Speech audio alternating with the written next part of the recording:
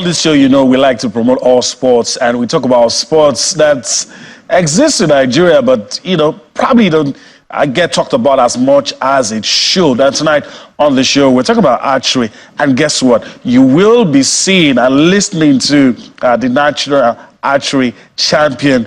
We have with us in the studio tonight, Emmanuel Oyeleke. Emmanuel, greetings to you. Thanks for joining us on the show tonight. Thank you so much, Mr. Yemi. It's a pleasure being here. You know, I don't know the angles to, there's so much. We've had interesting conversations even before you came into the studio. My colleague in London as well, we have interesting things to say.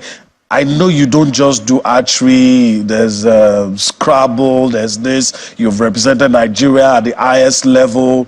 But let's start from the beginning. You've told me a little about your journey, but archery in Nigeria, help us clear this up. There's this notion that, oh, okay, in this part of the world, it's guys, the paramilitary guys, or the guys who have access to these big hotels, big clubs, those are the ones that can do the sport. You've said no, but I want you to convince me. Yeah, absolutely. I think, thank you so much again for having me on this show. Archery is a sport for every single person. It's a sport for everyone, from the old to the young.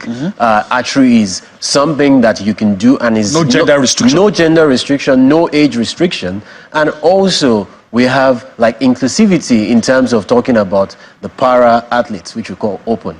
So even the blind does archery. Wow. Yes. So just to really set the tone so that everybody listening to us will understand, it is not meant to be elitist. It is. I mean, you also corrected me when I asked you a question that there are people who don't even have any military background at all, who can do better than the guys from the military in archery. Absolutely, absolutely. How does that happen? Archery is a game, as with every other thing. Once you're consistent with practice, no matter how good the other person or talented the other person is, it's a skill that you can learn. So it's a skill that is also learned via repetition. Okay. So for me, one of the major things, one of the major things I do, essentially, if I need to practice for archery, is I just make sure every single day I shoot, no matter how little it is that I shoot. I just make sure that every single day I shoot. And guess what? When I don't shoot, maybe for a week, by the time you go back to it, you can tell that you're not as proficient as you used to be when you stopped. So it's a game, okay. It's a skill that can be learned. Let me throw this in. My colleague is waiting, but let me throw this in. Your journey. Absolutely. You also dispelled the notion that I had before I met you. How did it happen for you, you know, from being a young kid to becoming a national champion in this part of the world where you don't get easy access to the equipment that you need? Absolutely. You don't have a military background. Nope. Your dad doesn't belong to those clubs. Yes, so thank you so much for the question. I've always been very sports inclined. I believe that sports is one of those things that can take a person from 0 to 100. Yeah. I believe sports is one of the things or activities that can change a person's destiny. And that's been my personal experience. When I was in school, I was on scholarship, playing Scrabble for my school, playing Scrabble for my state. I played Scrabble for Nigeria at some point, and we produced world champions in Scrabble. So I've always been very sports inclined. I played badminton at some point. But when I started my career as a photographer, that was back then in 2012, I couldn't really have time to pursue these other sports that I used to do regularly. So I was, I think about 5, 6, 7 years after I started photography, I started looking for something else to do as a sport that I could do at my pastime, and I really didn't need a team to do it. So I started thinking about archery, because I've always been fascinated with archery, darts, anything that has to do with focus. Yes, board games and focus. Anything that has to do with mental acuity and focus. I've always been fascinated with it. So I started researching, where can I start learning archery in Nigeria? And I went on Twitter. My search took me far and wide. I saw history of archery in Nigeria, but there was really no place to learn. So I stumbled on someone's tweet, I think back in 2011 or 2012, that they do archery. This person is Mr. Ladi Alakmini, which He came to Nigeria, set up a club, and left back to the UK. He's in the UK right now, but he comes in from time to time. I stumbled on the street saying, oh, he's coming to Nigeria to train people in archery, and I was so excited. I immediately messaged him, and it took about a year for him to come to Nigeria. And as soon as he got to Nigeria, he messaged me and said, oh, I'm in Nigeria, are you ready? And I said, yes, sign me up. Immediately, I signed up for a beginner's class, and almost like a month after, I paid for my equipment, my first equipment, because I had access to equipment because he brought some equipment in from the UK with him to set up a club. I had access to learn with that. A few other people had access to learn with that also, and that was how I started my journey in archery. I started with the bare bow archery, I went on to recurve archery, and in 2022, I started the compound archery. Those are categories of archery that we have. And bottom line, you're a champion. Absolutely. All right. Absolutely. Let me yield the floor to my colleague who's listening in. And let you know that you're a strong man. You know, in Nigeria, even people who play basketball will complain. Those doing athletics will complain. And you chose to go the way of archery. Tell me, what inspired you? Like, I want to know what is fueling your passion for this sort of sport. Thank you very much. Thank you so much for your question. What is fueling my passion for the sport? I think it stems from the way I grew up and the opportunities I had because that sport enabled me to have. The first time I went on a plane was through Scrabble. The first time I traveled out of Nigeria was through Scrabble and because of Scrabble. And I feel like a lot of youths, a lot of people should have access to this. Not everybody can play football. Not everybody can play basketball. Not everybody can do the sports that are so popular. Why not create more opportunities for more people to even showcase their skills? I feel like in this part of the world, we're naturally talented at a lot of things. And whatever it is that we open our eyes to and we choose to do, we always do it well. And that's actually what is still fueling my passion for this. We want more people to know about this. We want more people to be empowered by the liberation and the freedom that mastering a skill, especially in sports, can give you. And that's why I'm doing this. I listened to you when you said that archery is for everyone, and that's really cool. I hear a lot of sports persons say that. I'm in the United Kingdom, and there's something we're fighting now with rugby. And there's a professor, in the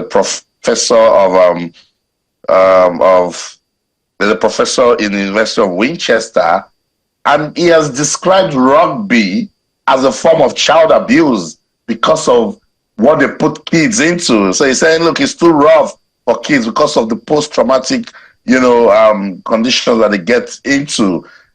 This is a man carrying a bow and arrow, and when we see these things sometimes in those epic movies, they're used for fighting. How safe is archery, and how can you convince a mom to let her son or daughter to pick up bow and arrows to do archery? Thank you very much for that question also. I think safety is the number one paramount thing, especially when you think about archery practitioners and archery administrators. Safety is the first thing on your mind because, rightly said, the bow and arrow, it can be regarded as it can be classified as a weapon.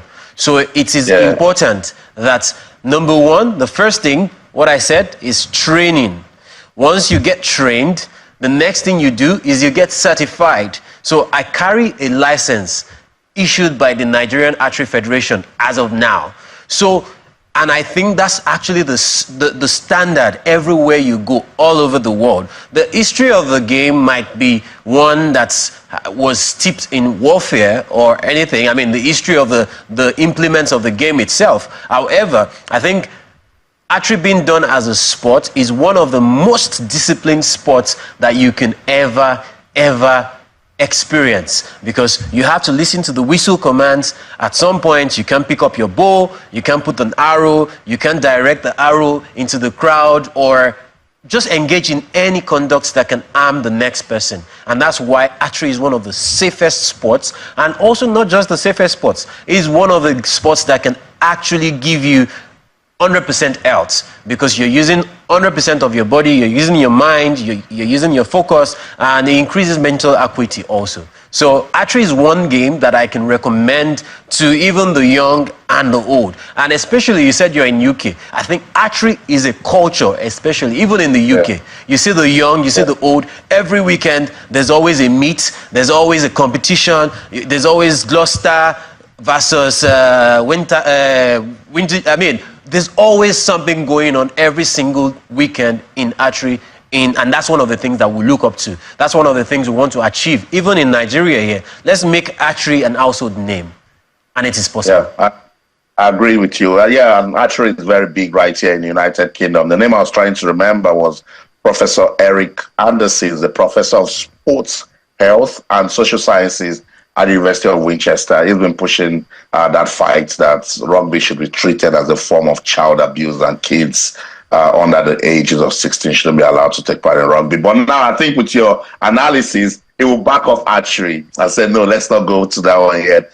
Let's talk about the Lagos Open Championship that we're expecting. What amount of work has been put into that, and what should we be expecting, Emmanuel? Absolutely. We're so excited about this event. It's happening on the 9th and 10th of March, and it's happening at the main bowl of the Teslim Balogun Stadium. A lot of work has gone into this, and we're sparing no expense. We want to make this a standard competition, something that can be referred to as being done in Nigeria, as being the standard that we should always uphold and look up to here in Nigeria. So we have a few categories. We have the recurve categories, we have the bare bowl category and the compound category. We're also having the youth category even at this event, and we'll also have another category which is called the opens category, whereas this is what you refer to as para athletes category in other sports, but in archery it's referred to as opens category. We're making it one of the events that would spot the largest prize funds for archery in Nigeria up to date, because one of the things we do is we do archery as passion. You see people buying equipments for thousands and thousands of dollars, but when they go for archery competitions, they're just awarded with medals, and there's really no monetary backup to it. We want to change that perspective here in Nigeria. We want to make it a game that people can look up to and people can actually make a living from. We want to actually make stars of archers in Nigeria. That's what we're looking up to. We want to change the PR. We want to make it a game that will compare, and then, that will be able to stand toe-to-toe with any other game, with tennis, with badminton, with soccer, even in Nigeria. I know that's a long shot, but I know it's possible. We want to take it to where it's supposed to be. All right, I think that's a good place to leave it. I was tempted to ask you, how do people participate? Anybody listening to you and say, I want to be part of this, what do they do? Fantastic. Archery is rampant now in Nigeria, and it's growing steadily. We have clubs in Abuja. For the competition? Oh, for the competition. First of all, it will be helpful to be part of a club. Oh. That's number one. All right. But even we have people coming in from outside of Nigeria that were practicing archery before. So they can register online. It's there. On Instagram, our handle is Zen Archery Lagos. Zen Archery Lagos. Go on there. We have a website also. zenarchery.club is our website. It's online. You can just register for the competition and be part of it. All right. I just want to take that out of the way in case there's somebody who thinks I want to be part of this. All right. Emmanuel Eneke, I want to thank you for your time on the show. Thank you. And wish you all the best. Thank you so much. With all the things that lie ahead, and probably will try to be there. Absolutely. We'll look forward to you being there. Just to see what's going on. All right.